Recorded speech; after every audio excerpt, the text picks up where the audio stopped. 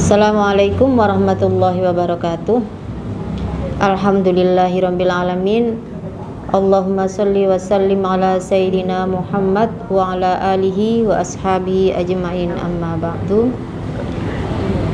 Kali ini kita bertemu kembali pada pelajaran adab ya, secara daring, dan kita akan menggunakan kitab Al-Akhlaqul lil Banat ya, yang biasa digunakan di pondok-pondok pesantren, termasuk di pondok pesantren Putri Wali Songo. Nah, mengawali perjumpaan kita, marilah kita buka pelajaran kita kali ini dengan bacaan Ummul Quran, dengan harapan mudah-mudahan apa yang akan kita pelajari nanti diberikan kelancaran dalam memahami sehingga bisa kita aplikasikan dalam kehidupan sehari-hari. Ala hadhihi niyah bisirril Fatihah.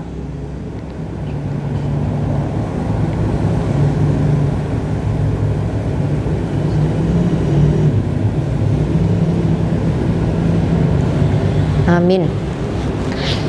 Nah, sebelum kita memasuki materi pelajaran, terlebih dahulu kita mengenal pengarang kitab Al-Akhlaqul lil Banat. Beliau adalah Umar bin Ahmad Baroja. Beliau seorang putra bangsa Indonesia, lahir di Surabaya di daerah Ngampel. Meskipun secara keturunan beliau memiliki satu keturunan yang sama atau nenek moyang yang sama dengan Rasulullah, tapi beliau lahir di Indonesia. Sejak masa muda beliau adalah seorang yang rajin belajar, terutama mendalami ilmu agama dan ilmu sastra bahasa Arab. Beliau mengasah kemampuan bahasa Arabnya supaya lebih mendalam dan lebih mahir lagi dengan cara bermurosalah atau berkirim surat dengan teman-temannya yang ada di luar negeri dengan menggunakan bahasa Arab. Tentu saja hal ini karena pada waktu itu belum ada media online, WhatsApp dan lain sebagainya, sehingga menggunakan tulisan tangan.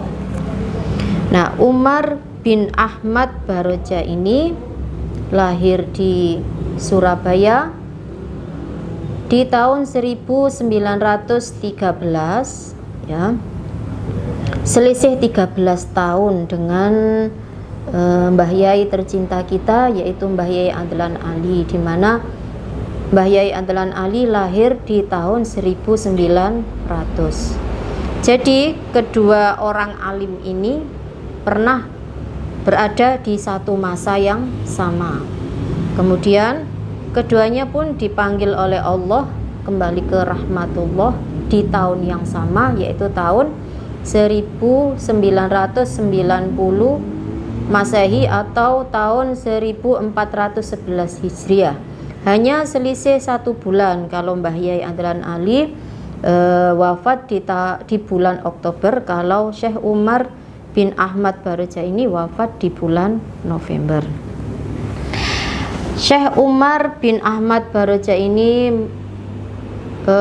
membuat beberapa karya ilmiah ya, buku-buku berbahasa Arab. Ada 11 judul yang sudah ditulis oleh beliau. 2 di antaranya adalah Al-Akhlaqul lil Banat ini, yaitu etika untuk anak perempuan, dan satunya lagi Al-Akhlaqul lil Banin, etika untuk anak laki-laki.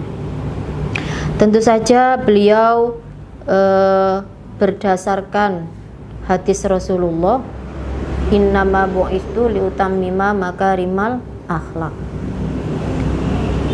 Rasulullah diutus hanya untuk menyempurnakan akhlak, tidak memandang siapa dia, bagaimana dia, yang penting akhlaknya harus baik. Berdasarkan itulah beliau tentunya mengarang kitab tersebut sebagai dasar untuk diajarkan kepada anak-anak supaya menjadi pribadi-pribadi yang mulia di kemudian hari. Umar bin Ahmad Baroja tersebut secara tidak langsung termasuk orang yang mengukir akhlak para santri di hampir seluruh pelosok Indonesia, karena kitab tersebut banyak digunakan di pondok-pondok tersebut. Baiklah, marilah kita langsung masuk kepada materi akhlak. Di sini saya akan mengambil materi tentang etika seorang murid ketika berada di sekolah, yaitu di bab 31. Baiklah, saya akan membacakan materi tersebut, silakan disimak kemudian ditulis. Bismillahirrahmanirrahim. Qala al-musannifu rahimahullahu ta'ala wa nafa'na bihi wa bi'ulumihi fid dharaini amin. Adabut tilmidati utawi iki iku tata kramane murid fil madrasati ing dalam sekolah. Al-faqrah al-ula, paragraf pertama.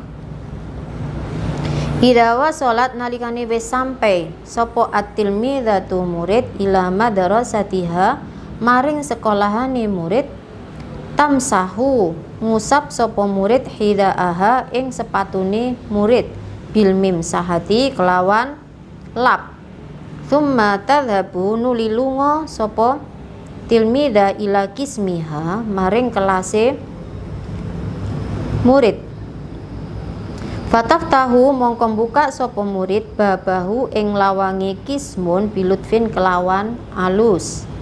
Wa tadkhulu lan mlebu sapa murid bi adabin kelawan tata krama. Wa tusallimu lan uluk salam sapa murid ala zamilatiha ing atase pira-pira kancane murid. Summa tusafihu nuli nyalami sapa murid sapa tilmida hunna ing zamilatiha wahia hale utawi tilmida iku mubtasimah tersenyum qailatan hale ngucap Sambaha mugi-mugi paring kunna ing sira kabeh sapa Allahu Allah bil khairi kelawan kebagusan wasaadati lan kebahagiaan. Tsumma tadau nuli nyalap sapa tilmidah mihfadhataha ing tase tilmidah fi turji maq'atiha ing dalem laci bangkune tilmidah. Wa idza ja'at lan nalikane rawuh sapa ustadzatuha gurune tilmidah takumu mongko ngadeg sapa tilmidah min mahalliha saking panggonane tilmidah.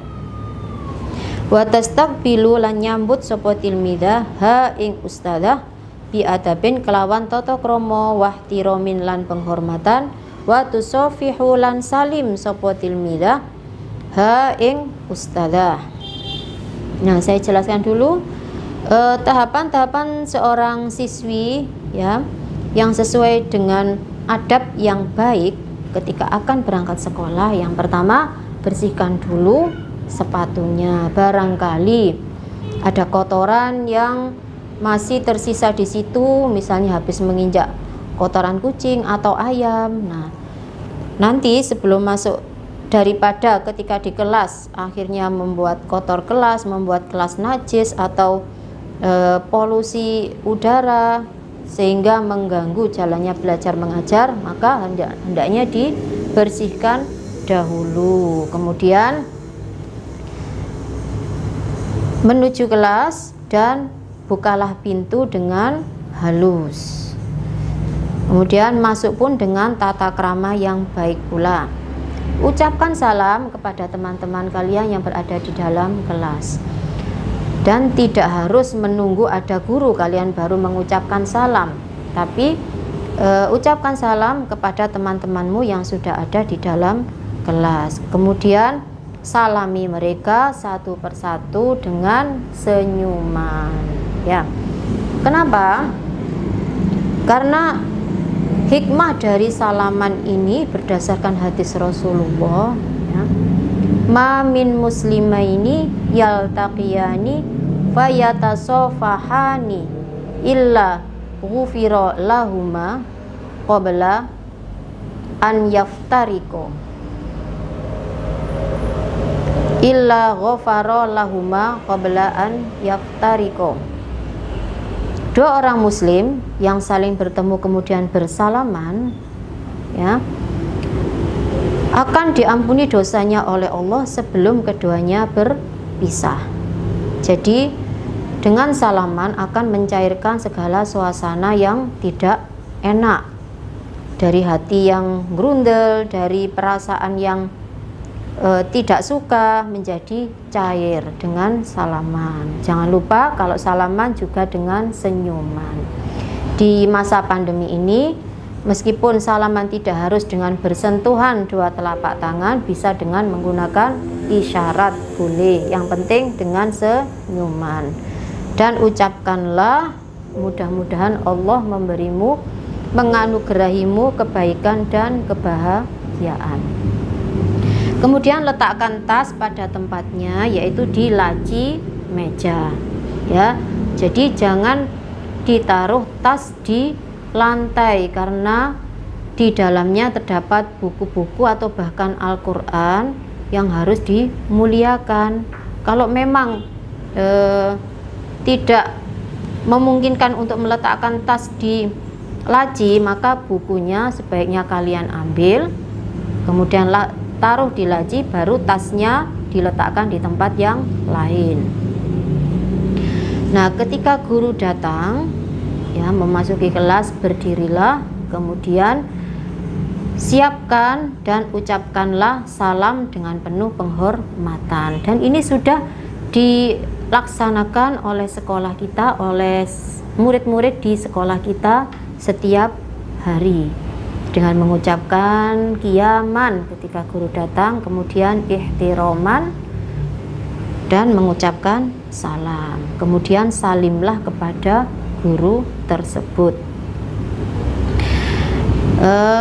Paragraf berikutnya, al-faqrah ats-tsaniyah, wa idza daqqa lan nalikane wis muni opo al-jarasu bel dhahabat mongko budal sapa tilmidah musri'atan hale segera ila sofi maring kelas, wa waqafat lan baris sapa tilmidah mu'tadilatan hale lurus hadiatan tur tenang, la tatakallamu ora kena ngomong sapa tilmidah ma'azamilatiha sertane piro-piro koncone tilmidah, wala tal'abulan ora kena dolanan sapa tilmidah au tatalaffatu utawa tolah-toleh sapa tilmidah, summa tadkhulu nuli mlebu sapa tilmidah faslaha ing kelase tilmidah ba'da isyaratil muallimati ing dalem sakwise petunjuke guru,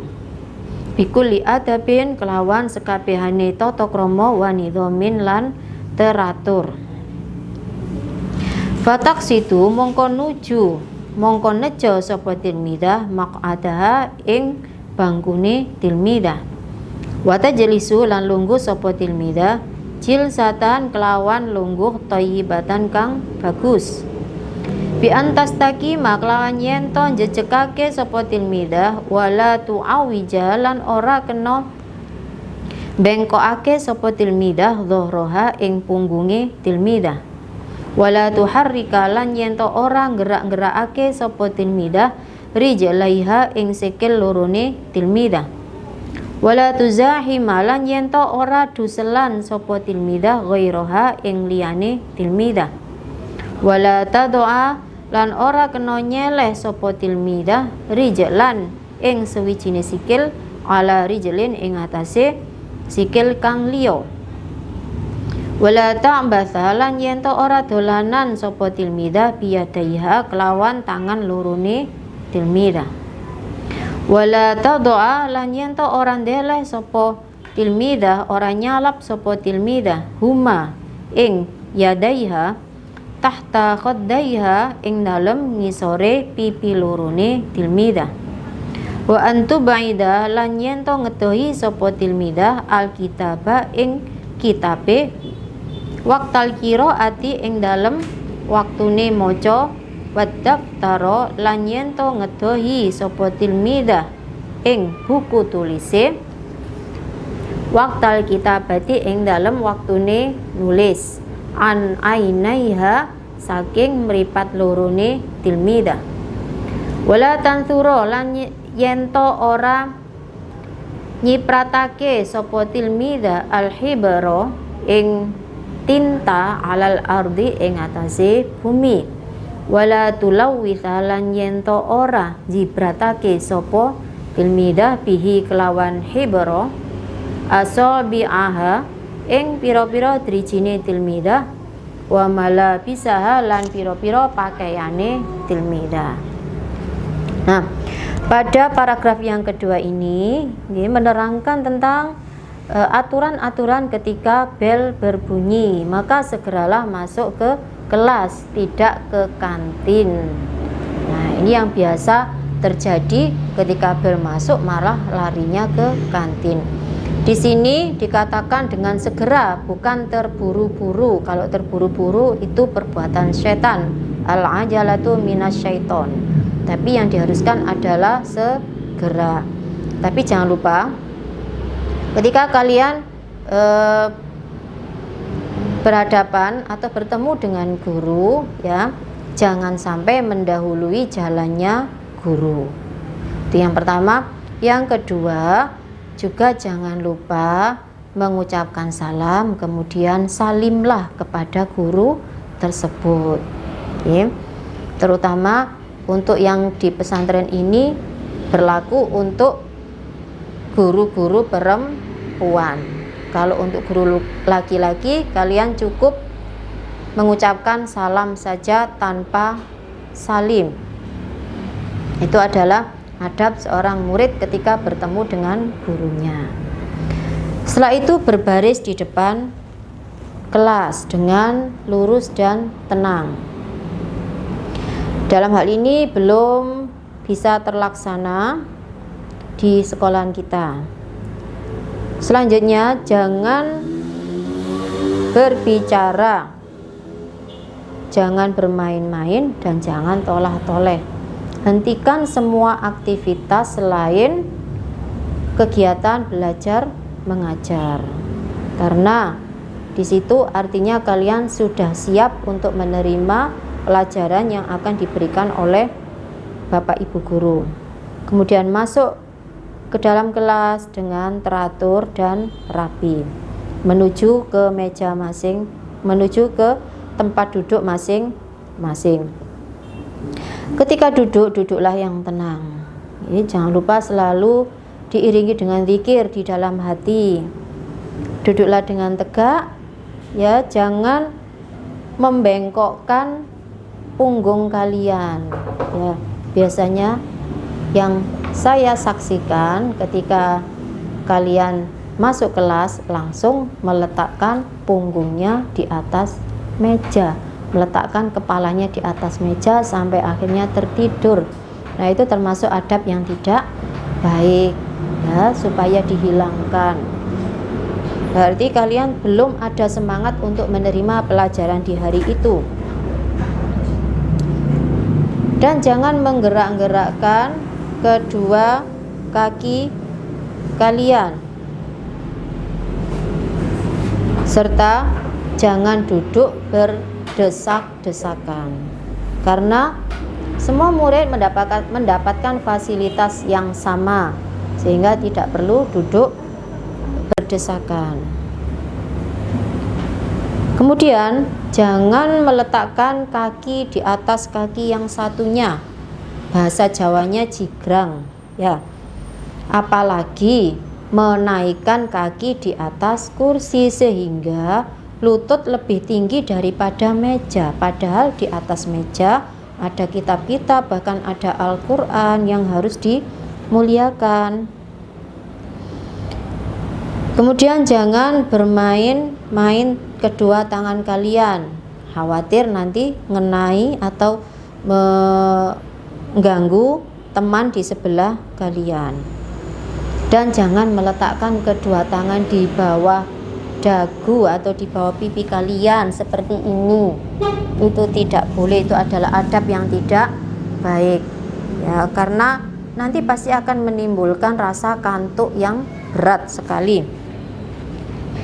Dan yang tidak kalah pentingnya, ketika membaca maupun menulis, jaga jarak mata kalian dengan buku ya, supaya tidak merusak kesehatan mata, dan hal itu adalah akhlak atau adab yang kurang baik. Jangan bermain-main dengan tinta, baik itu tinta spidol maupun tinta ballpoint ya. Karena apa? Perlu kalian ketahui, untuk tinta spidol itu adalah barang atau harta wakaf yang dipergunakan khusus untuk belajar. Jadi tidak boleh dipergunakan dengan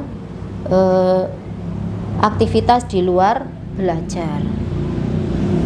Kita lanjutkan ke paragraf yang ketiga, al-faqrah as-salisah.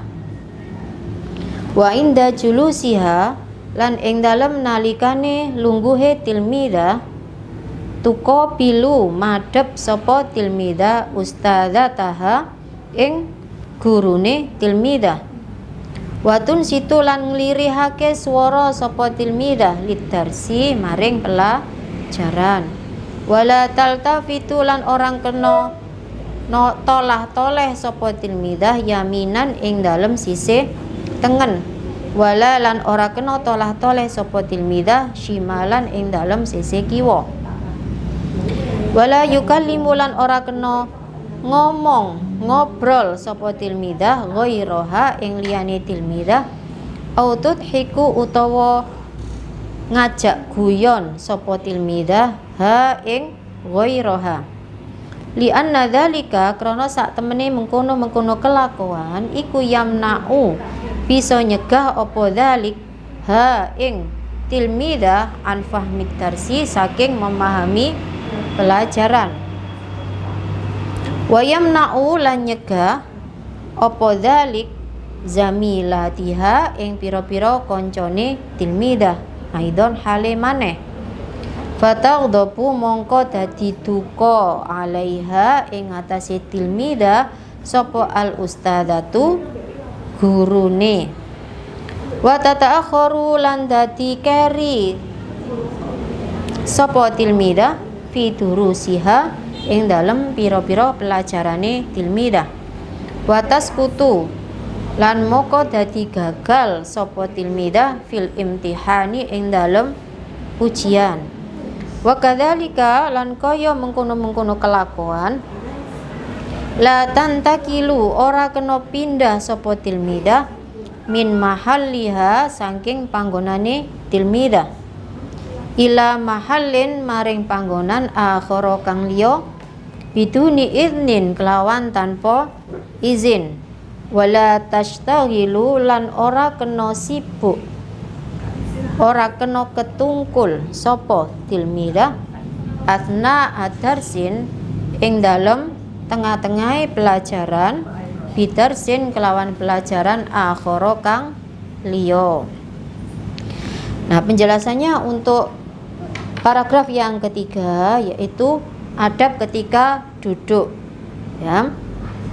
Ketika duduk hendaklah kalian menghadap ke gurunya ya. Jangan sampai kaki kanan berada di depan, kaki kiri berada di belakang sehingga kalian tidak bisa menghadap guru dengan baik. Nah, itu adab yang tidak baik. Dan lirihkan suara kalian ketika pelajaran. Jangan tolah-toleh baik ke kanan maupun ke kiri. Jangan mengobrol dengan temannya atau bergurau dengan temannya di luar materi pelajaran. Kenapa? Karena hal itu bisa menghalangi kalian dalam memahami materi yang diberikan oleh Bapak Ibu guru. Tidak hanya kalian, efeknya juga bisa mengganggu teman-teman yang lainnya, juga bisa mengganggu konsentrasi gurunya sehingga menyebabkan Bapak atau Ibu guru menjadi marah. Selanjutnya, pelajaran menjadi tertinggal banyak dan pada akhirnya gagal dalam ujian. Yang juga sama pentingnya, jangan berpindah-pindah tempat duduk kecuali atas seizin yang memiliki tempat duduk tersebut. Jika kalian sudah minta izin tapi tidak mendapatkan izin, maka jangan memaksa untuk duduk di situ. Dan satu lagi yang tidak kalah penting, ya, jangan mengerjakan suatu pelajaran di waktu atau di jam yang bukan tempatnya. Contohnya, ada PR bahasa Indonesia di jam ketiga.